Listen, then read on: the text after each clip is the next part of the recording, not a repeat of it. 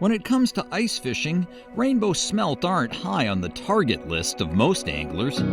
However, these diminutive schooling fish can make for fast action, not to mention great eating, as I discovered a few years back on a trip to western Massachusetts with friend Paul Tawczynski of Great Barrington. Paul and I met up on Lake Onora, one of several lakes in the Berkshires that support a robust population of smelt, which feed primarily at night. I've been fishing for as long as I can remember. I still remember when I was like maybe 4 or 5 years old, my dad took me ice fishing for the first time. I was always so young, my mom wouldn't let him take me out, and he finally took me. Wouldn't let me touch any of the gear. The very first time he let me touch the gear was at the end of the day. We're picking up, and I pull in a 25-inch pickerel, and it was the biggest fish of the day, and he couldn't go fishing without me after that. This mark right here is my bait, but all these other little marks around it are the smelt. Now they're not going to show up very big because they're not big fish, but you just either reel up or reel down to where they are. Let it sit nice and perfectly still. It's a very, very subtle bite.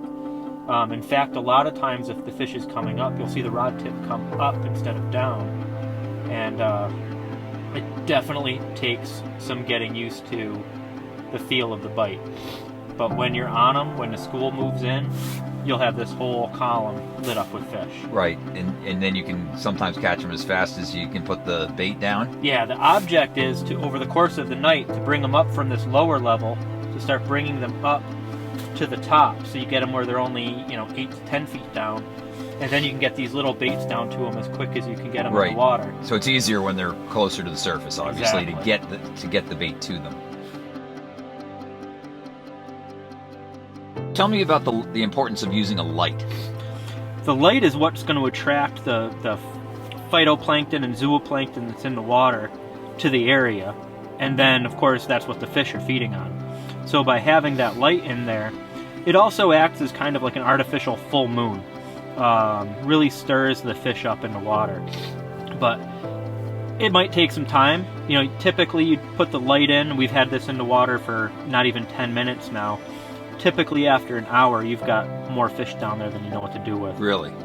So it's the light is key in your opinion? Absolutely. I wouldn't go smelt fishing without it. Do you notice that smelt fishing's better on a full moon, or does it make a difference? Honestly, typically smelt fishing's better on a new moon. You want your light to be the only moon in the sky. The more light that's coming down naturally, it keeps the fish dispersed better. Or it keeps the fish dispersed more, and you want them to be congregated around your light. Hey, a smelt! Look what I caught! I caught that smelt! Yeah! I'm the smelt king! One of the best parts about the Berkshires is the fact that it's relatively protected. There are a lot of parts of the country where everything's being developed. Your access to the outdoors is less than it is even the year before. Yeah, we have our McMansions, yeah, we have our big estates, but there's so many places, and the lakes especially, there's always public access. With very few exceptions, there's public access to almost every lake. So you're able to go and enjoy it, and no matter what you want to catch, if you're a pike fisherman or a trout fisherman or a smelt fisherman, or you just don't care, there's a lake that you can go and you can do it relatively easily.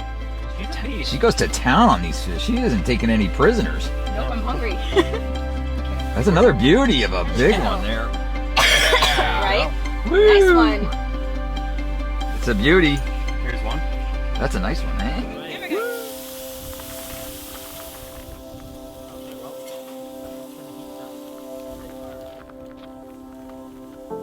Oil that's in there will free them up a little bit.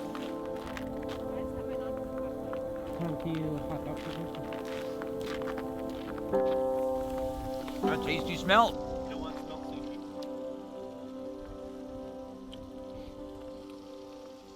How do you like the seasoning? I love the seasoning.